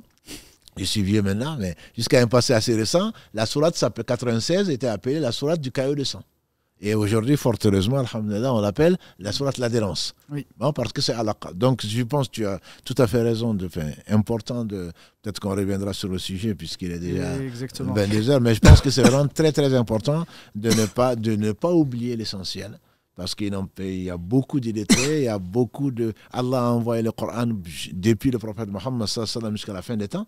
Et donc, on passe et il doit être accessible, et il l'est, à toutes sortes de niveaux intellectuels, à toute personne, homme, femme, enfant, plus âgé, etc. Donc il ne faudrait pas réduire le Coran en un instrument, entre guillemets, de calcul mathématique ou d'astronomie, oui, même si ce qui a été dit, bien entendu, ne peut être que vrai. En tout cas, barakallahu fik, et je finis là, parce que malheureusement, certaines tendances aujourd'hui qui ont commencé avec le réformisme, cette école-là qui est apparue en Inde et un peu en Égypte aussi. Et malheureusement, ce problème-là, c'est qu'aujourd'hui, on traite les ulama qui s'accrochent au tafsir effectivement, qui a apporté le prophète comme étant des gens arriérés, des personnes qui sont sclérosées, qui ne veulent pas évoluer, et qu'aujourd'hui, ce qu'on doit livrer au monde, ce n'est pas cette version du Coran trop vieille, ou cette explication trop vieille, mais plutôt les découvertes scientifiques. Est-ce qu'on va ramener le Coran en parlant de l'haïd ou nifas, etc. Et le Coran, ce que les recherches, quand on va parler à des occidentaux, il faut leur montrer le côté scientifique du Coran. Et ça les amène, malheureusement, il y a beaucoup, ça les amène à contredire, à réfuter les vérités dans le Coran en disant c'est ce qu'il y a dans le Coran, ça, votre compréhension, elle est complètement fausse parce que vous n'êtes pas scientifique, vous ne comprenez pas le côté scientifique du Coran, vous ne comprenez pas la richesse profonde et on rentre dans du batinisme dont on avait parlé quand tu as parlé si bien barakallahu fik la semaine dernière, c'est qu'il y a un sens caché et que le Coran est venu pour confirmer des vérités scientifiques et c'est plutôt un livre scientifique alors qu'au final en vérité, si tu ne comprends pas le sens premier du Coran, ce n'est son objectif premier, tu vas malheureusement arriver à des situations où tu vas dire des choses sur Allah subhanahu wa ta'ala et son prophète extrêmement dangereuses, même pour la religion, de l'intégrité de la religion de la personne. Et c'est très très difficile aujourd'hui de s'extraire de cette mouvance-là qui commence à prendre le Coran et commence à faire complètement délaisser ou s'extraire de cet héritage, de cette tradition de l'exégèse du Coran et se dire tiens, moi je vais prendre le Coran, je vais commencer à prendre les théorèmes mathématiques et voilà, etc. Et je commence à faire ma propre exégèse parce que celle-là ne me va plus, parce qu'elle est trop ancienne, elle est sclérosée, elle est arriérée et elle ne peut pas évoluer. Tu as raison, c'est d'autant plus vrai que moi on me demande souvent comment se fait-il que tu sois un scientifique et en même temps que tu sois un imam. Et que comment se fait-il que y a beaucoup de nos sœurs et nos frères intellectuels, moi je dis, ce sont les plus exposés. Parce qu'ils vont entendre, ils vont vouloir trouver dans le Coran, c'est pas pour cela qu'il a été révélé. Et donc il y a beaucoup d'intellectuels qui s'éloignent de la religion parce qu'ils n'y ont pas trouvé, entre guillemets, à cause des critiques dont tu parles, et parce qu'ils vont chercher dans le Coran, c'est ce pourquoi il n'a pas été révélé. Tout à fait. Alors, ils veulent faire dire au Coran ce qu'il n'a pas dit.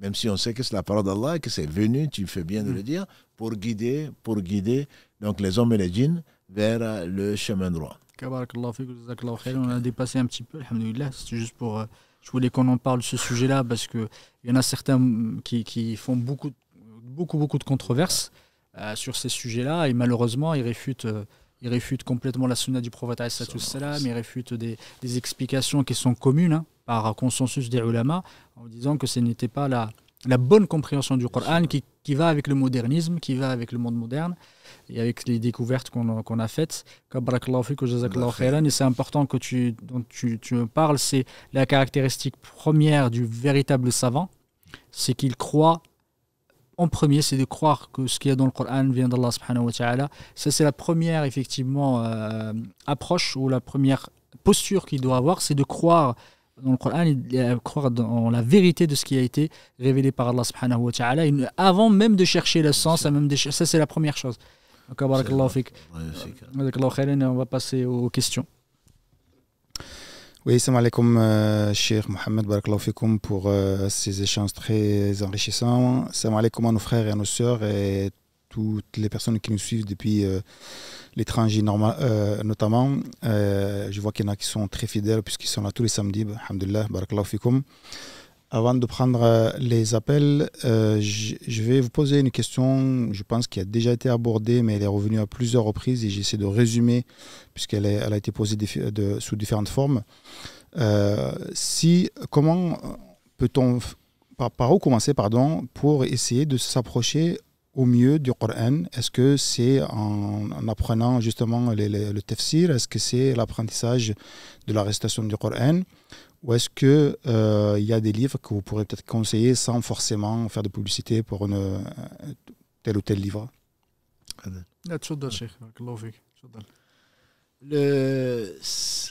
Je commencerai par la fin de ce que si Mohamed a dit, c'est que le Coran, il faut savoir qu'est-ce que c'est. Il faut savoir, pour prendre le Coran, aller apprendre l'arabe, aller apprendre le tafsir, c'est une très bonne chose, mais ce n'est pas le début.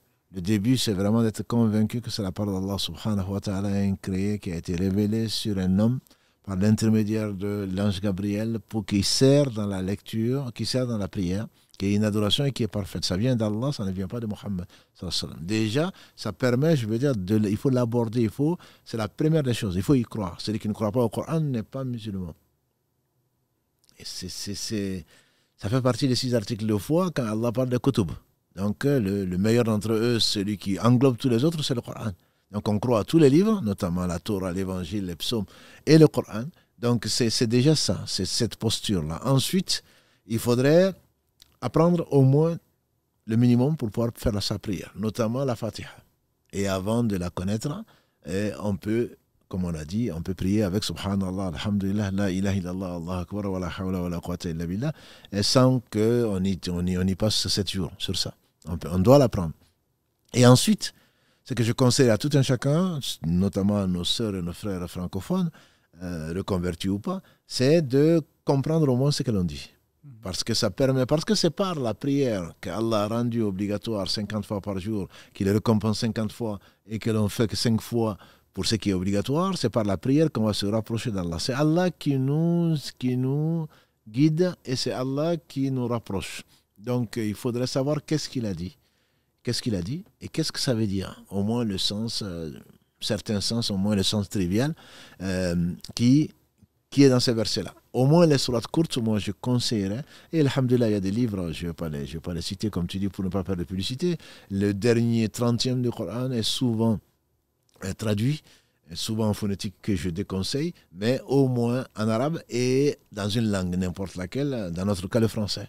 Voilà. Donc moi je dis, au lieu de prendre la phonétique, c'est ce que je conseille à mes sœurs et mes frères, il y a beaucoup d'applications, je dis qu'il faut mieux vaut écouter et en même temps répéter, et ensuite, avant de le réciter devant quelqu'un qui connaît le Coran, au moins qui connaît cette partie-là, parce qu'on peut faire les mêmes fautes et on a l'impression qu'on connaît, alors qu'en réalité on fait les mêmes fautes toute sa vie. Donc ça, pour moi, c'est vraiment les premières étapes, et au travers de là,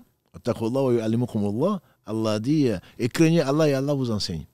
Donc, une fois que l'on se met, le Coran est venu pour être compris, pour être appliqué. Donc, une fois qu'on se met à faire la prière, une fois qu'on se met à jeûner, une fois qu'on se met, on arrête de mentir, de médire, de voler, d'utiliser le faux tout simplement, c'est comme ça qu'on va se rapprocher d'Allah. Ce n'est pas une somme, ce n'est pas quantitatif, c'est qualitatif. C'est qualitatif. Et la vieille dame connaissait beaucoup moins que l'imam Al-Ghazali, qu'Allah lui fasse miséricorde, et donc Al-Ghazali, on lui fait dire oh Allah, donne-moi la foi de la vieille dame. Donc c'est vraiment une question de qualité. On va rencontrer Allah quand Allah le sait. Ça peut être ce soir, ça peut être dans 1 an, ça peut être dans 10 ans ou plus, peu importe. Donc l'important, il faut préparer, il faut croire au Coran en tant que parole d'Allah subhanahu wa ta'ala, ajouter foi et savoir qu'il a guidé et miséricorde. Pour moi, si on a ça, alhamdulillah, on a un très bon départ et Allah facilitera le reste, Inch'Allah. Est-ce que tu peux rappeler juste l'histoire de la vieille dame, justement? L'histoire de la vieille dame, c'est... On dit que l'imam Al-Ghazali, Abu Hamid, il est connu, sur lequel il ne faut pas dire de mal. C'est un savant qui est reconnu d'obéissance Shafi'i. Je m'arrêterai là. Les savants, comme le dit ici Mohammed, ont critiqué certains de ses écrits pour l'utilisation de certains hadiths ou d'autres. Mais peu importe, il est en tout cas mieux que nous. Il était savant, il est respecté également par les savants. On doit dire d'eux, surtout après leur mort, que du bien. Voilà, ce n'était qu'une parenthèse. Donc l'imam Al-Ghazali, on dit qu'il est parti à Damas. Dans ceux qui ont vu Damas, il y a la mosquée des Omeyyades. Donc c'est la plus grande mosquée, ce qui est malheureusement devenu un lieu de tourisme maintenant. Et donc il y a la mosquée des Omeyyades et puis la mosquée, les rues de la mosquée, autour de la mosquée environnante, avoisinante, étaient rempli de partout, on ne pouvait même pas passer. Et j'ai une vieille dame qui passait qui dit qu'est-ce qu'il y a? Il imagine que quelqu'un est mort ou je ne sais quoi d'autre. On dit non, c'est l'imam Al-Ghazali qui est arrivé. Elle dit Al-Ghazali. Tu ne connais pas Al-Ghazali? Elle dit non. Et c'est Hujjatul Islam. C'est vraiment la preuve de l'islam. C'est des superlatifs. Et la dame me dit je ne connais pas. Mais qu'est-ce qu'il est venu faire? On dit il est venu faire une conférence sur la preuve de l'existence d'Allah. La vieille dame, elle ne s'est pas dégonflée. Elle dit il est encore à ce stade. Encore à ce stade de se poser la question de vouloir convaincre les gens sur l'existence d'Allah. Et quand on a relaté Ça, l'imam Ghazali, on dit qu'il a dit « Oh mon Dieu, donne-moi la foi de la vieille dame ». Parce qu'elle ne connaît, certes, elle connaît beaucoup moins, 100 fois moins, peut-être 1000 fois moins que l'imam Ghazali, mais elle n'avait pas de doute. Elle avait cette certitude qui a fait les anciens. Moi, je les admire vraiment, les anciens. Et on les critique peut-être, mon père m'a rien appris, mon père ne connaissait pas ceci, cela, mais ce qu'il connaissait, il connaissait son Seigneur.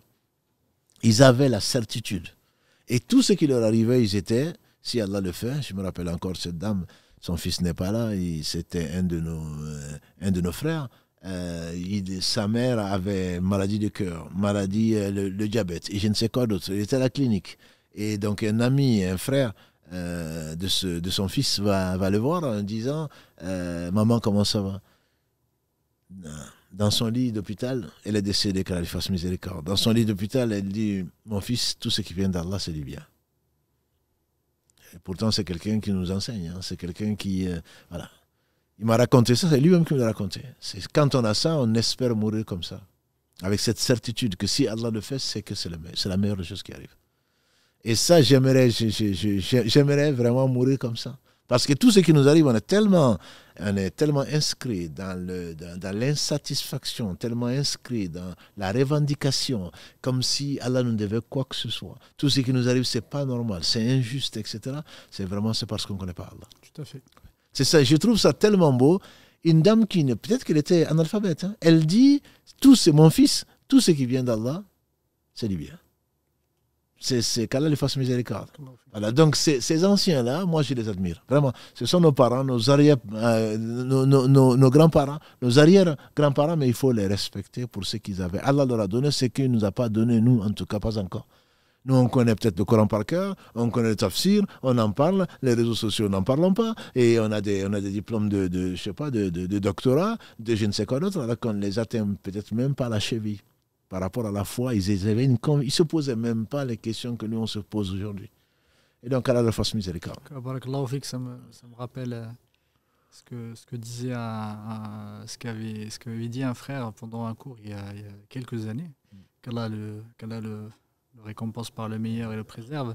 Il m'a dit, il y a un proverbe, je crois, sénégalais. Il me disait, les gens aiment l'humain ou les gens aiment Allah, mais ne lui font pas confiance.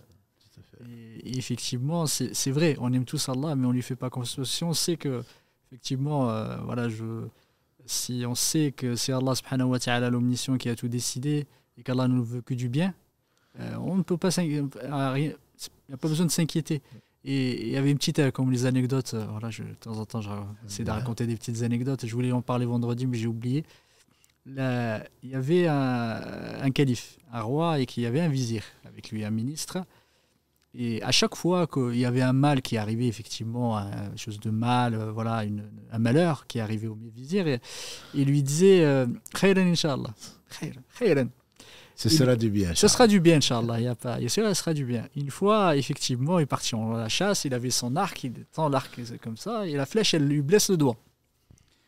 Et là, on lui raconte au vizir devant lui, il lui a dit Khayran Inch'Allah. Il dit Khayran Inch'Allah. Moi, je suis blessé, je me blesse, moi le roi, etc. Et toi, tu dis Khayran Inch'Allah. Il dit mettez-le en prison.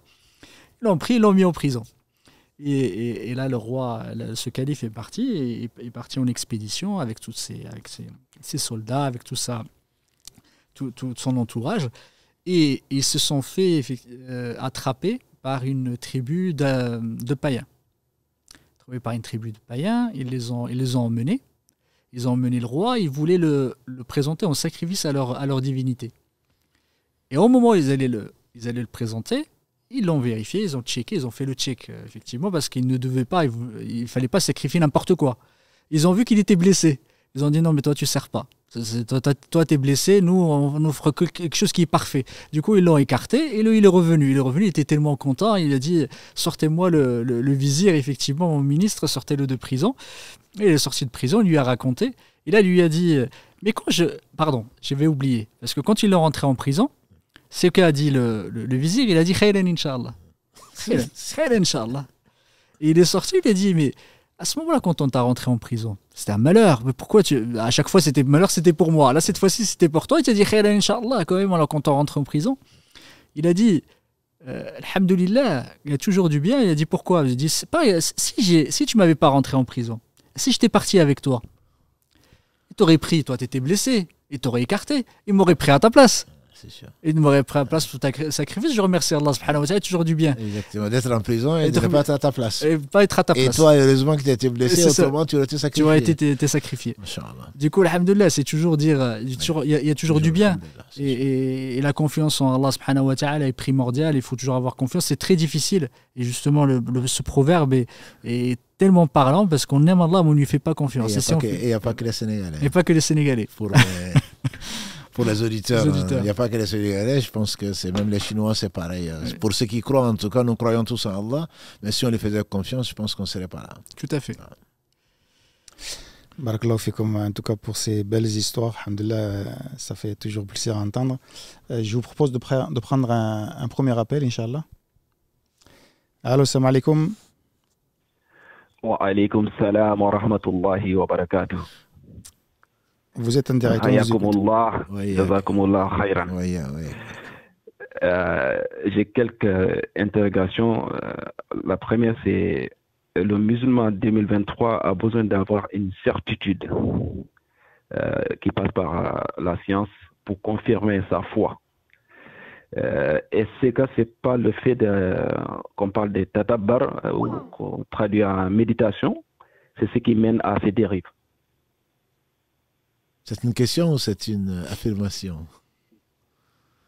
Non, c'est une question. Bon, c'est une question parce que c'est une question. Est-ce que c'est pas le tadabbar qui mène à ces dérives? Parce que le musulman 2023, il a besoin d'avoir une certitude en disant la science a dit ça. Non. Disons, c'est pareil, hein, c'est comme il a dit ici Mohammed Barakallahu fi, c'est l'excès. Je pense que c'est l'excès, effectivement, le tadabbur, la méditation, Allah l'ordonne. Donc on ne peut pas dire que c'est la cause. Allah ordonne le tadabbur. Et donc, il faut le faire, il faut méditer, simplement, il ne faut pas s'arrêter pour méditer et en faire un but. Et je crois que c'est ça le problème, on se trompe.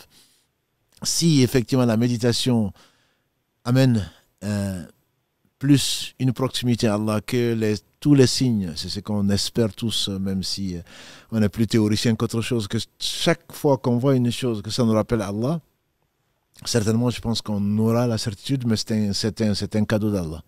Maintenant que l'on en fasse un but en soi et qu'on fasse de la méditation un art, ou c'est qui, j'ai déjà entendu, les gens qui font du yoga ou autre chose pour méditer, bon, mais ils vont dire entre le yoga et la lecture du Coran, ou ils vont comparer ce qui n'est pas comparable. C'est ça qui est grave, je pense. Faire de la méditation. La méditation n'est qu'un moyen, comme tout ce qu'Allah a créé, subhanahu wa ta'ala, pour nous guider vers lui. Mais si on fait de la méditation un but en soi, je pense effectivement, là, je te rejoins, je crois que c'est là où on se perd. Et certainement, la certitude, elle s'en va parce qu'elle n'est pas faite pour Allah. La méditation doit être faite pour Allah. Dans chaque chose, il y a un signe. Qu'on le comprenne, qu'on ne le comprenne pas. Et donc, c'est la raison pour laquelle la méditation peut apporter ça, mais elle peut effectivement amener à l'égarement, je dirais, comme toute science. Comme toute science, comme toute action, effectivement, c'est l'objectif derrière le tadabbur, c'est Allah subhanahu wa ta'ala qui nous l'a ordonné, c'est très important, mais pour toute chose, il y a des règles à respecter. Et quand on dévie effectivement de ces règles, on se retrouve effectivement dans l'excès, barakallahu fik d'en avoir parlé, dans cet extrémisme qu'on retrouve, certains qui commencent à aller rechercher des sens profonds dans le Coran et qui sont complètement, je suis désolé, comme disaient les jeunes, ils sont à l'ouest. Nous, on est à l'est et eux sont complètement à l'ouest parce qu'ils recherchent justement une spiritualité. On rentre dans des explications extrêmement extravagantes et en contradiction même avec le sens du Coran. Et c'est ça qui est malheureux. Et justement, on recherche Pourquoi nous, on chercherait des preuves scientifiques d'être rassuré scientifiquement? Je ne vois pas la contradiction. Alhamdoulilah, ça pourrait nous renforcer, mais ce n'est pas le but premier. Oui, il faut que je sois... La certitude, il faut qu'on l'ait. J'ai pas besoin alhamdoulilah, quand je suis un vrai musulman, pour être certain, c'est avoir la foi. J'ai pas besoin qu'un théorème, aucune théorie, par exemple scientifique, me vienne me l'approuver ou confirmer en fait ma certitude qu'Allah subhanahu wa ta'ala est notre Seigneur et sa parole est parfaite. J'ai pas besoin de ça. Justement, c'est ça qu'il faudrait. Faut faire vraiment très très attention par rapport à ça. Et si on commence à se poser, c'est pas vis-à-vis du frère, hein. Ouais, C'est alhamdoulilah, c'est vis-à-vis effectivement. Non, mais de visiblement, il est d'accord avec toi. qu'Allah fait qu'on Je le vois recherche. pas, mais- Voilà, alhamdoulilah. Recherche, c'est vraiment, je pense, c'est un défaut dans la foi que de se dire, moi, ça me suffit pas. Et ça me suffit pas ce que les sahaba, ce que le salaf, les pieux prédécesseurs nous ont apporté, nous ont comme exégèse pour comprendre déjà le Coran et aller chercher loin en se disant c'est pas suffisant. Et c'est ça un des mots, et qui c'est pas forcément que pour le tafsir, mais c'est aussi toutes les innovations qui sont apparues, c'est vraiment se dire c'est pas suffisant, on en fait un peu plus et on y va, etc. Et c'est ça qui est un mal, c'est de se dire on s'arrête là où les meilleurs se sont arrêtés. Et alhamdoulilah, s'il y a du plus, mais c'est comme tu as dit, barakallahu fik, ce n'est pas un but en soi, aller rechercher les meilleurs. Ce que le prophète nous a révélé, ce qu'il il a complété, parfait la religion. On n'a pas besoin de choses supplémentaires, justement pour confirmer ou affirmer notre foi. Encore une fois, c'est pas du tout dans le sens d'arrêter de faire de la recherche, de méditer, oui, etc. Tout à fait. Voilà. Non. Il faudrait qu'on nous attribue pas ce qu'on a dit. Il est évident que la recherche, alhamdulillah, te rapproche d'Allah subhanahu wa ta'ala. A dit le prophète sallam, la recherche de la science est une obligation pour chaque musulman.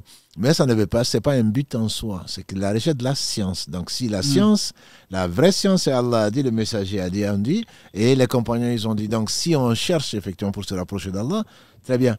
Mais si c'est de la science pour prouver aux non-musulmans, aux non-croyants que Allah existe, ben, la vieille dame, entre guillemets, vaut mieux que nous. Ah. Non, mashallah. C'est surtout, bon, parfois on essaie d'expliquer les interdits. Je prends l'exemple du porc où on essaie de trouver des exemples voilà, parce que donc, en général, on essaie de prouver à ses collègues qu'on y croit parce que, bon, bref. Non, je reviens à la deuxième question.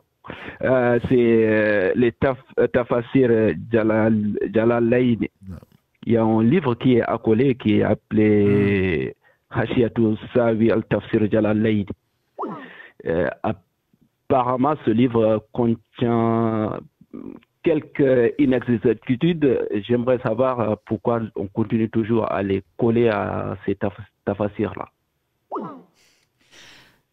Alhamdulillah, c'est ce que disait Cheikh Barakallahu Fik quand il parlait de Al-Ghazali, qu'Allah lui fasse miséricorde. Hein.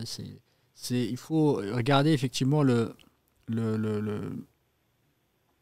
cette question, les questions effectivement de l'exégèse du Coran ou de la science de façon générale comme un héritage. Cet héritage, on a besoin justement de faire attention, mais on ne peut pas l'éluder, dire voilà, ça n'existe pas. Tu sais, le Jalalayn fait partie des grands tafasir, qui est extrêmement concis, qui a été écrit par Jalaluddin Mahalli, Jalaluddin Suyuti, c'est les deux, c'est pour ça qu'on appelle Jalalayn, et qui fait partie, qui est dans le hamish, dans la marge effectivement du Coran, on en a beaucoup. Ça, c'est un tafsir qui est un des premiers tafsirs très concis, qui a apporté énormément de bien.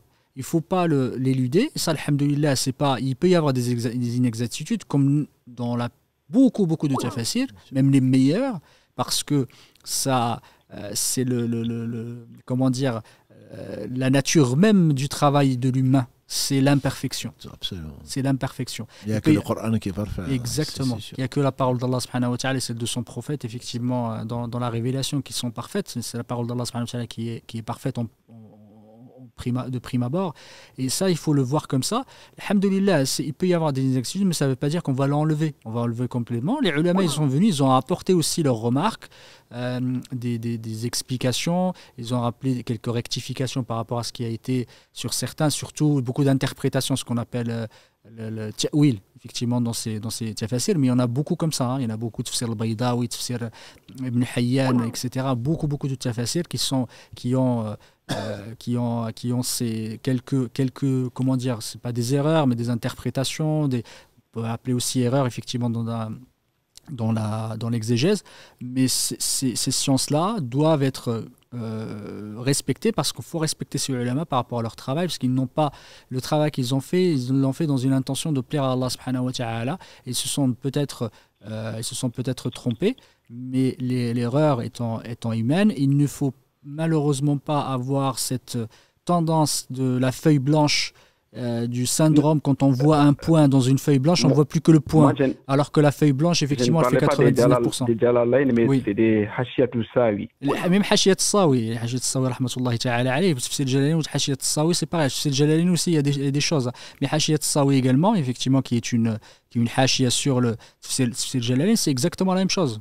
Que ce soit ça ou ça, effectivement, il peut y avoir des choses, mais il y a des divergences, il y a des gens, voilà, il y a des écoles, il y a des tendances effectivement qui prennent des avis plutôt que d'autres sur certaines tafasil, sur certaines explications. Ça, c'est le cas dans l'exégèse du Coran, de la science de l'exégèse, c'est le cas dans le hadith, c'est le cas aussi dans le fiqh et dans toutes les sciences. Mais pour moi, ce n'est pas de l'honnêteté intellectuelle et ce n'est pas de la bienveillance ou de travail scientifique que de dire voilà, ce tafsir sawi, il y a quelque chose qui ne va pas, ou hashiyat sawi, pardon, il y a des choses qui ne vont pas, on va complètement l'éluder, l'enlever, le supprimer. C'est une science, alhamdoulilah, c'est une science qui a existé. L'important, c'est comment moi je vais venir commenter et montrer qu'il y a dans un sens d'amélioration et dans un sens de montrer la vérité, comment je vais venir expliquer là où il y a eu ces erreurs-là. Mais c'est pas on va pas venir et enlever ce qui nous plaît pas. Ce n'est pas comme ça que la science se construit, même à l'époque de nos pieux prédécesseurs. Nos pieux prédécesseurs, ils rapportaient ce que j'ai dit, ils disaient voilà la source. Mais c'est pas pour autant qu'ils disaient est-ce qu'il ne plaît pas, ils l'enlevaient. Parce qu'on a ce devoir effectivement de transmission. Ce que je dis, ceux qui lisent, on peut dire voilà, faites attention. Voilà, il y a des choses, mais c'est pas pour autant. On va dire oui, c'est comme il y a des problèmes, on va l'enlever complètement. Jazakallah khairan. Oui. Juste petite dernière question, c'est concernant les traductions dans les tafsirs, ruh et nafs sont souvent traduits par l'âme.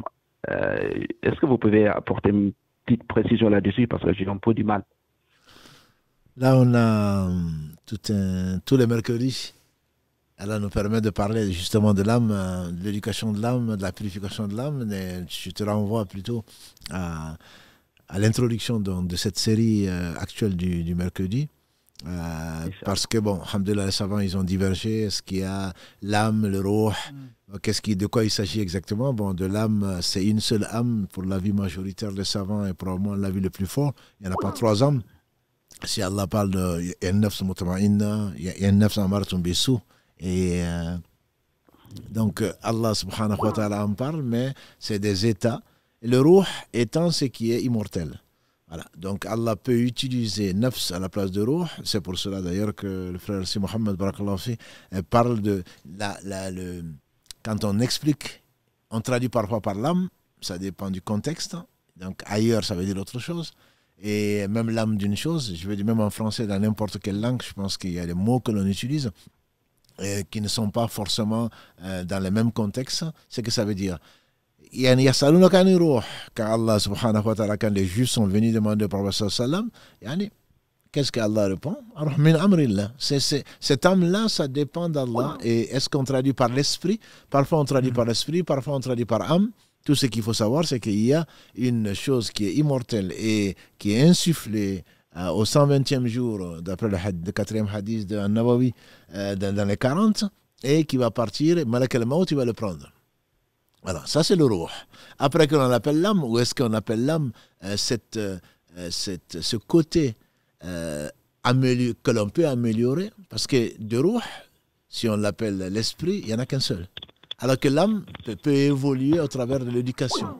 On peut évoluer au travers de l'éducation, et c'est l'avis le plus fort à ma connaissance, c'est que d'une âme amaratun bisu, on peut arriver à une âme mutama'inna. Donc c'est ce qu'on espère en rejoignant Allah subhanahu wa ta'ala, en étant apaisé, comme Allah le dit dans la sourate Al-Fajr. Donc bon, je te renvoie plutôt à cette introduction, Inch'Allah, de la série. Je pense que c'est le premier épisode de la série actuelle. Non, je vous suis tous les mercredis. Barakallahu fik. Salam alaikum. À notre appel, Karim. Allô, salam alaikum. Oui, allô, bonjour. Salam alaikum. Wa alaikum salam. Vous êtes en direct, Inch'Allah. Ah, ok. Alhamdulillah. Salam alaikum. J'appelle l'Italie. En fait, j'avais une question et aussi une demande ou une proposition. Et voilà, ma question, c'est, en fait, aujourd'hui, je lisais un peu le Coran et j'étais avec un ami et du coup, lui, il lisait Warsh et Warsh, excusez-moi, et moi, je lisais à Hafs. Et du coup, j'ai vu quelque chose sur les deux mushaf. C'est que des fois, les ayats sont pas les mêmes. Par exemple, dans Sourate Maryam, quand il dit Wadkur fil kitabi Ibrahim, innahu kana siddiqan nabiyya. En fait, dans Warsh, j'ai vu que en fait, dans cette phrase-là, les ayats sont deux, en fait.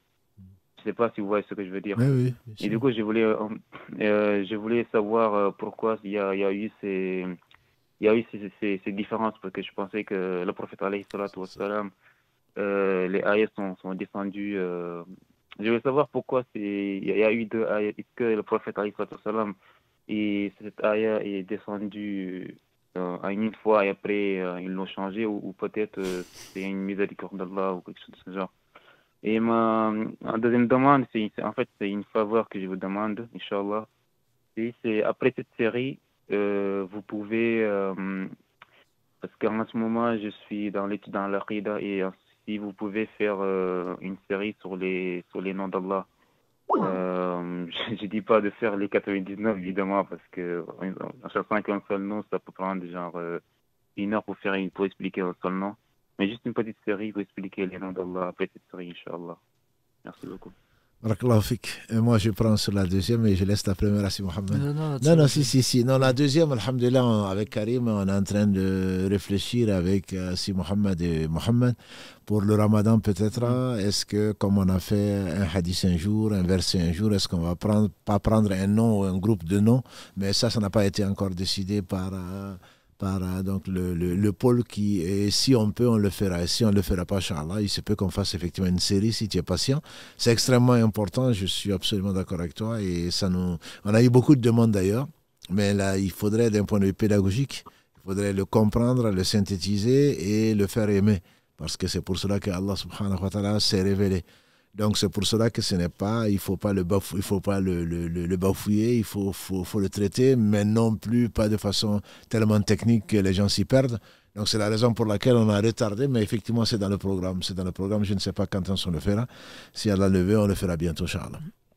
Quant au Warsh et le nombre de versets, Inch'Allah. Barakallahu fik. Alhamdulillah, après c'est des éléments qu'on a discutés les fois dernières. Je pense qu'on a consacré effectivement sur le qira'at. Je te conseille de revoir alhamdoulilah l'épisode de la série qui était consacré aux différences des lectures.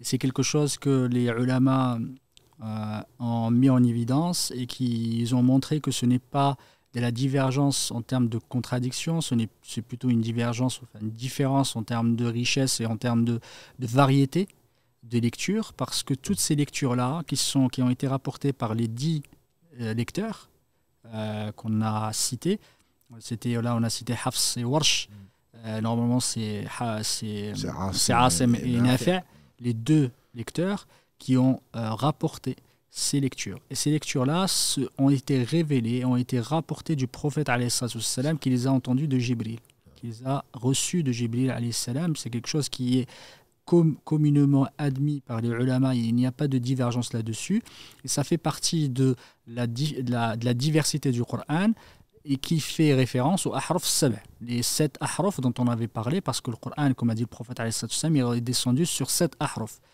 pour on va dire s'adapter aux différentes, sur les différences culturelles, les différences linguistiques entre les différentes tribus, même si les ahraf sab' existaient même à l'époque de Mecca, avec Quraysh, alors qu'il n'y avait que la langue de Quraysh, mais il y avait également cette variété-là qui a apporté de la richesse dans la compréhension, de la richesse linguistique, de la richesse dans l'acception, dans le sens. Du coup, ça a apporté une valeur ajoutée indéniable que le prophète nous a expliqué, parce que le Coran devait être expliqué non seulement à des gens qui ne faisaient pas partie des mêmes tribus, mais aussi à des personnes qui étaient qui avaient différents niveaux de compréhension, différents niveaux intellectuels. Il fallait que le Coran soit compris par la personne âgée, par la personne la plus jeune, par des personnes instruites, pas instruites. Et c'est pour ça que le Coran est venu, avec sa richesse-là, à apporter des variétés dans la lecture du Coran. Et ces variétés-là, sur les différentes lectures, sur les 10 qui sont admises, tu peux les retrouver dans Surat Maryam, tu peux les retrouver dans d'autres. Surat Maryam, il n'y a pas que ces différences, il y en a beaucoup. Effectivement, dans plusieurs, il n'y a pas que les divergences ou les différences entre la lecture de Asim et de Nafi', mais également avec les autres, avec les 8 autres. Et ça, il faut le comprendre comme ça, c'est quelque chose que le prophète ﷺ nous a enseigné. Et il n'y a pas de doute que ces lectures-là ont été rapportées du prophète ﷺ. Il n'y a pas de contradiction. Il n'y a pas de contradiction dans le Coran. Allah subhanahu wa ta'ala nous l'a révélé et on ne doit pas douter. D'ailleurs, c'est une des règles primordiales dans le tafsir du Coran, quand on parle de l'exégèse du Coran, c'est admettre que le Coran ne peut pas avoir de contradiction. Donc contradiction, que ce soit les contradictions entre les différentes lectures ou la contradiction elle-même dans le Coran lui-même. Il faut comprendre que le Coran, il y a une suite, il y a une logique, et on peut parler de logique, il y a des finalités, des objectifs, il y a des conditions, tout est réuni dans le Coran pour nous apporter le meilleur, pour nous apporter la perfection elle-même. Et du coup, il ne faut pas y voir une contradiction, il faut y voir plutôt une richesse. Il faut y voir un complémentarité, une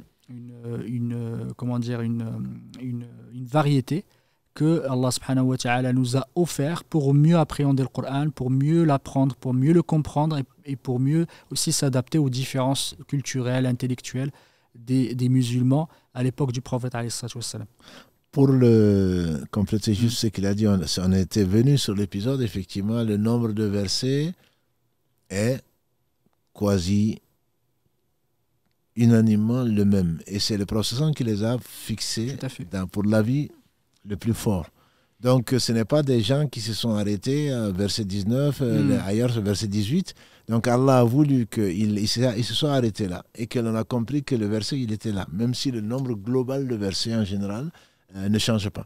Tout à fait. Donc, c'est juste pour te rassurer, s'il y a besoin, c'est juste pour te dire que si Jibril est venu dire au prophète sallam de s'arrêter là, dans cette lecture-là, il l'a faite là. Et donc, on a mis numéro 19 ou numéro 18. Et après, comme tu le sais, tu prends la Surat al-Fatiha, que tu connais, ce n'est pas les mêmes, ils ne s'arrêtent pas au même endroit. Et pourtant, c'est les 7 versets. Voilà. Si soit Bismillah en fait partie, soit c'est un verset 7 qui est très très long, et c'est le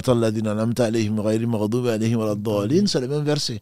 Alors qu'il s'est arrêté alayhi salatu wassalam dans la riwaya notamment de Asim, il dit Siratal Mustaqim, Siratal Ladina An'amta alayhim, donc verset 6, Ghayril Maghdubi alayhim waladdallin, verset 7.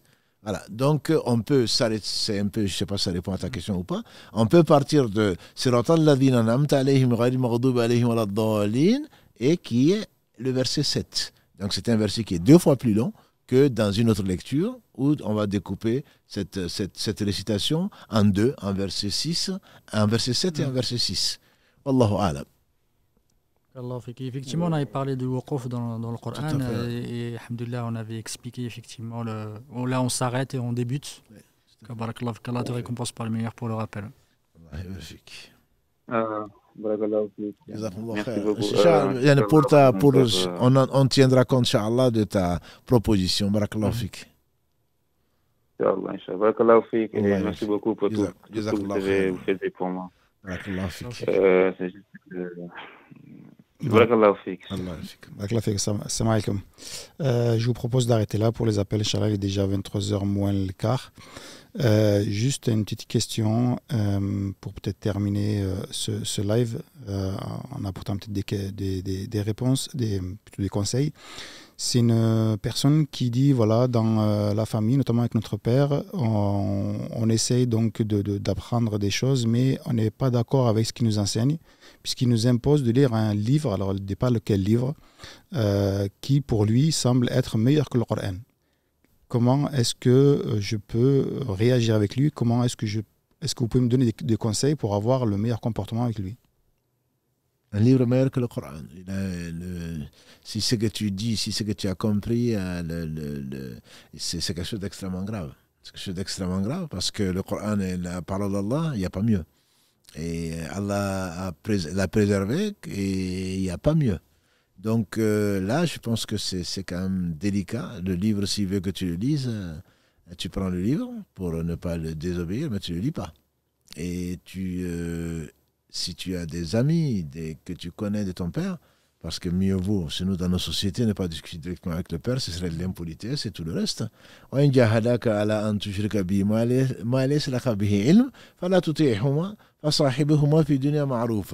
Et donc Allah dit dans la sourate Luqman 31, et si te poussent, si te contraignent tes deux parents à t'associer ce dont tu n'as pas de science, ne leur obéis pas, mais veille les accompagner donc de la meilleure façon. Si tu connais un imam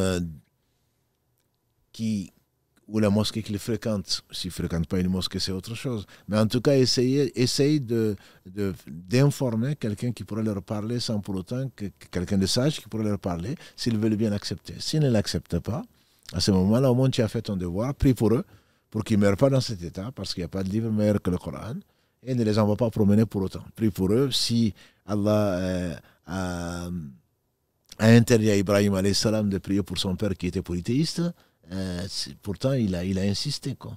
Donc il était fabricant d'idoles. Donc prie pour eux tant qu'ils ne seront pas morts, mais s'ils meurent dans cet état, je crains pour moi, je crains pour lui. Donc un livre meilleur que le Coran, ce n'est pas imaginable, tout simplement. Je crains pour lui, je crains pour moi. Barakallahu fik, Cheikh, pour la réponse. J'espère que ça va au moins apaiser le cœur de cette personne. Alhamdulillah, qu'Allah vous facilite en tout cas. Amin, amin. On remercie donc toutes les personnes présentes encore ce soir. Juste pour rappel, tous les lives sont en replay directement sur Facebook juste après le live et sur YouTube 48 heures à peu près, Karim. Voilà, donc n'hésitez pas à aller sur la chaîne YouTube. Il y a pas mal de questions aussi que vous avez encore posées, que vous pouvez retrouver sur les précédents lives. Et si vous avez des questions aussi, n'hésitez pas à passer par les différentes plateformes, que ce soit sur Instagram, Facebook. On vous répondra dès qu'on aura la possibilité de le faire, Inch'Allah. Mohamed, Cheikh, je vous laisse terminer, Inch'Allah, barakallahu fikum, en tout cas pour cette prestation, on va dire, de ce soir. Barakallahu fik, jazakallahu khairan, qu'Allah vous récompense par le meilleur et vous bénisse votre temps, qu'Allah subhanahu wa ta'ala nous accorde la science bénéfique et nous accorde de la sincérité dans les paroles et dans les actes et qu'on nous fasse bénéficier de cette science. سبحانك اللهم وبحمدك أشهد أن لا إله إلا أنت أستغفرك وأتوب إليك سبحان ربك رب العزة عما يصفون وسلام على المرسلين والحمد لله رب العالمين.